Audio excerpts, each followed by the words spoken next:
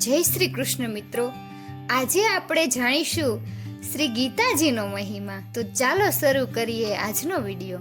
શ્રીમદ ભગવદ્ ગીતા સાક્ષાત ભગવાનની દિવ્ય વાણી છે.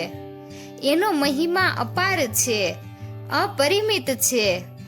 એનું યથાર્થમાં વર્ણન કોઈ નથી કરી શકતું.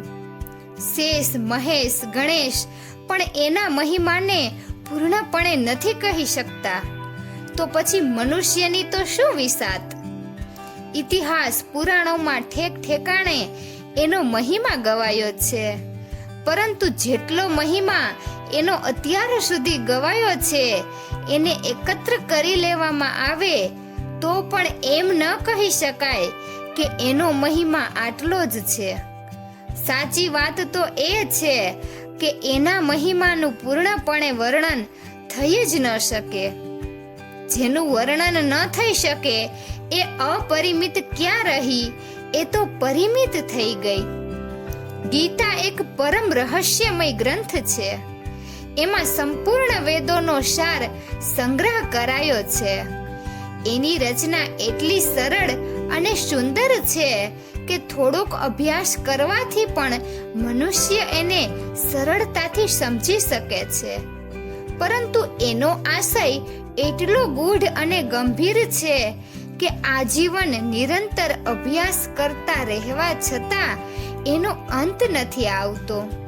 પ્રતિદિન નવા નવા ભાવ ઉત્પન્ન થતા જ રહે છે. એનાથી એ સદા નવીન જ રહે છે અને એકાગ્ર ચિત્ત થઈને શ્રદ્ધા ભક્તિ સહિત વિચાર કરવાથી એના પદ પદમાં પરમ રહસ્ય ભરેલું પ્રત્યક્ષ પ્રતીત થાય છે. ભગવાનના ગુણ, પ્રભાવ અને મર્મનું તથા કર્મ અને જ્ઞાનનું વર્ણન જે રીતે આ ગીતા શાસ્ત્રમાં કરાયું છે એવું અન્ય ગ્રંથોમાં એક સાથે મળવું કઠિન છે. ભગવદ્ ગીતા એક એવું અનુપમેય શાસ્ત્ર છે જેનો એક પણ શબ્દ સદુપદેશથી ખાલી નથી. ગીતામાં એક પણ શબ્દ એવો નથી જે રોચક કહી શકાય. એમાં જેટલી વાતો કહેવાય છે એ બધી અક્ષરશઃ યથાર્થ છે. સત્ય સ્વરૂપ ભગવાનની વાણીમાં રોચકતાની કલ્પના એનો નિરાદર કરવા સમાન છે. ગીતા સર્વશાસ્ત્રમય છે. ગીતામાં તમામ શાસ્ત્રોનો સાર ભર્યો છે.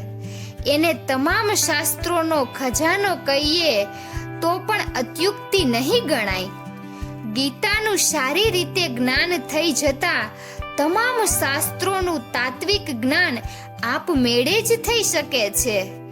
એના માટે અલગ અલગ પરિશ્રમ કરવાની જરૂર નથી રહેતી. ગીતા ગંગાથી પણ ચઢિયાતી છે. શાસ્ત્રોમાં ગંગા સ્નાનનું ફળ મુક્તિ જણાવાયું છે, પરંતુ ગંગાના સ્નાન કરનાર સ્વયં મુક્ત થઈ શકે છે. એ બીજાને તારવાનું સામર્થ્ય નથી ધરાવતો.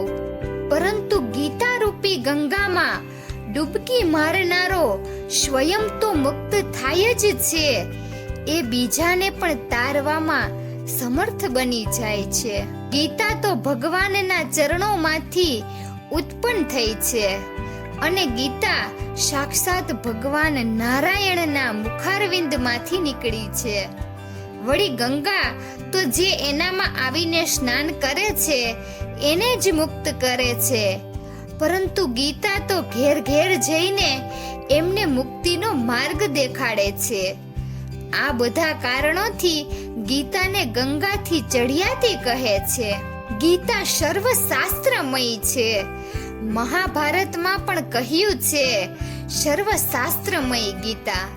પરંતુ આટલું કહેવું જ પર્યાપ્ત નથી, કારણ કે તમામ શાસ્ત્રોની ઉત્પત્તિ વેદોમાંથી થઈ. વેદોનું પ્રાગટ્ય ભગવાન બ્રહ્માજીના મુખેથી થયું અને બ્રહ્માજી ભગવાનના નાભી કમળમાંથી ઉત્પન્ન થયા. આ રીતે શાસ્ત્રો અને ભગવાનની વચ્ચે ઘણું બધું અંતર પડી ગયું છે. પરંતુ ગીતા તો સ્વયં ભગવાનના મુખારવિંદમાંથી નીકળી છે. એટલે એને બધા શાસ્ત્રોથી ચડિયાતી કહેવામાં આવે તો કોઈ જ અતિયુક્તિ નહીં ગણાય. સ્વયં ભગવાન વેદ વ્યાસે કહ્યું છે, ગીતા સુગીતા કર્તવ્યા કિમન્યેહ શાસ્ત્ર વિસ્તરેહ યા સ્વયં પદ્મનાભસ્ય મુખ પદ્મદિનીહ શ્રુતા. એટલે કે ગીતાનું જ સારી રીતે ગાન કરવું જોઈએ.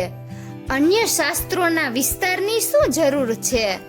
કારણ કે એ સ્વયં પદ્મનાભ ભગવાનના મુખ કમળમાંથી નીકળેલી છે. આ શ્લોકમાં પદ્મનાભ શબ્દનો અર્થ પ્રયોગ કરીને મહાભારતકારે એ જ વાત વ્યક્ત કરી છે.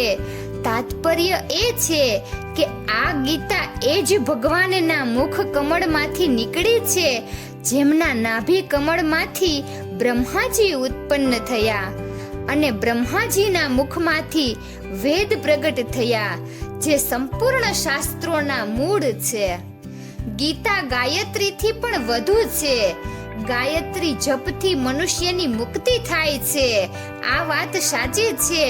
પરંતુ ગાયત્રી જપ કરનારો પોતે જ મુક્ત થાય છે, જ્યારે ગીતાનો અભ્યાસ કરનાર તો તરણ તારણ બની જાય છે.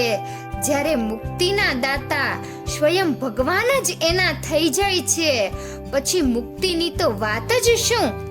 મુક્તિ એની ચરણ રજમાં નિવાસ કરે છે. મુક્તિનું તો એ સત્ર ખોલી નાખે છે. ગીતાને આપણે સ્વયં ભગવાનથી પણ વધુ કહીએ તો કોઈ અતિયુક્તિ નહીં ગણાય. ભગવાને સ્વયં કહ્યું છે, ગીતા શ્રયે અહમ તિષ્ઠામિ ગીતા મે ચોતમમ ગૃહમ ગીતા જ્ઞાન મુપાશ્રિત્ય ત્રિલોકાન પાલ્યામ્યહમ. એટલે કે હું ગીતાના આશ્રયે રહું છું. ગીતા મારું શ્રેષ્ઠ ગૃહ છે. ગીતાના જ્ઞાનનો સહારો લઈને જ હું ત્રણેય લોકનું પાલન કરું છું. આ સિવાય ગીતામાં જ ભગવાન મુક્ત કંઠે એવી ઘોષણા કરે છે, જે કોઈ મારી આ ગીતા રૂપી આજ્ઞાનું પાલન કરશે એ નિશા સંદેશ મુક્ત થઈ જશે. એટલું જ નહીં, ભગવાન કહે છે, જે કોઈ એનું અધ્યયન પણ કરશે એના દ્વારા જ્ઞાન યજ્ઞથી હું પૂજિત થઈશ. જ્યારે ગીતાના અધ્યયન માત્રનું આટલું મહાત્મ્ય છે, ત્યારે જે મનુષ્ય એના ઉપદેશો અનુસાર પોતાનું જીવન બનાવી લે છે અને એનું રહસ્ય ભક્તોને ધારણ કરાવે છે અને એમાં એનો વિસ્તાર તથા પ્રચાર કરે છે, એની તો વાત જ શું કરવી. એના માટે તો ભગવાન કહે છે કે મને અતિશય પ્રિય છે. એ ભગવાનને પ્રાણોથી પણ વધુ પ્યારો બની જાય છે. એમ કહીએ તો પણ કાંઈ જ અયોગ્ય નહીં ગણાય. ભગવાન પોતાના આવા ભક્તોને આધીન બની જાય છે. સારા પુરુષોમાં પણ એવું જોવા મળે છે કે એમના સિદ્ધાંતોનું પાલન કરનારો જેટલો એમને પ્રિય હોય છે, એટલા પ્યારા એમને પોતાના પ્રાણ પણ નથી હોતા. ગીતા ભગવાનનો પ્રધાન રહસ્યમય આદેશ છે. આવી દશામાં એનું પાલન કરનારો એમને પ્રાણોથી પણ વધુ પ્રિય હોય એમાં આશ્ચર્ય શું? ગીતા ભગવાનનો શ્વાસ છે, હૃદય છે અને ભગવાનની વાંગમય મૂર્તિ છે, જેના હૃદયમાં, વાણીમાં, શરીરમાં તથા સમસ્ત ઇન્દ્રિયો અને એની ક્રિયાઓમાં ગીતા રમી રહી છે. એ પુરુષ સાક્ષાત ગીતાની મૂર્તિ છે. એના દર્શન, સ્પર્શ, ભાષણ અને ચિંતનથી પણ બીજા મનુષ્ય પરમ પવિત્ર બની જાય છે. પછી એના આજ્ઞા પાલન અને અનુકરણ કરનારની તો વાત જ શું? વાસ્તવમાં ગીતા સમાન સંસારમાં યજ્ઞ, દાન, તપ, તીર્થ, વ્રત, સંયમ અને ઉપવાસ આદિ કાંઈ પણ નથી. ગીતા સાક્ષાત ભગવાન શ્રી કૃષ્ણના મુખારવિંદમાંથી નીકળેલી વાણી છે. એના સંકલન કરતા શ્રી વ્યાસજી છે. ભગવાન શ્રી કૃષ્ણએ પોતાના ઉપદેશનો કેટલોય અંશ તો પદ્મોમાં જ કહ્યો હતો, જેને વ્યાસજીએ જેમનો તેમ મૂકી દીધો. કેટલોક અંશ જે તેમણે ગદ્યમાં કહ્યો હતો તેને વ્યાસજીએ સ્વયં શ્લોકબદ્ધ કરી દીધો. સાથે જ અર્જુન, સંજય અને ધૃતરાષ્ટ્રના વચનોને પોતાની ભાષામાં ગ્રંથિત કરી લીધા અને આ સંપૂર્ણ ગ્રંથને 18 અધ્યાયોમાં વિભક્ત કરી મહાભારતની અંદર મેળવી દીધો, જે આજ આપણને આ રૂપમાં ઉપલબ્ધ છે. મિત્રો, તમને આ વિડીયો કેવો લાગ્યો જરૂરથી કમેન્ટ કરજો અને અમારી ચેનલને સબસ્ક્રાઇબ કરજો. વિડીયો અંત સુધી જોવા બદલ ખૂબ ખૂબ આભાર. જય શ્રી કૃષ્ણ, જય દ્વારકાધીશ.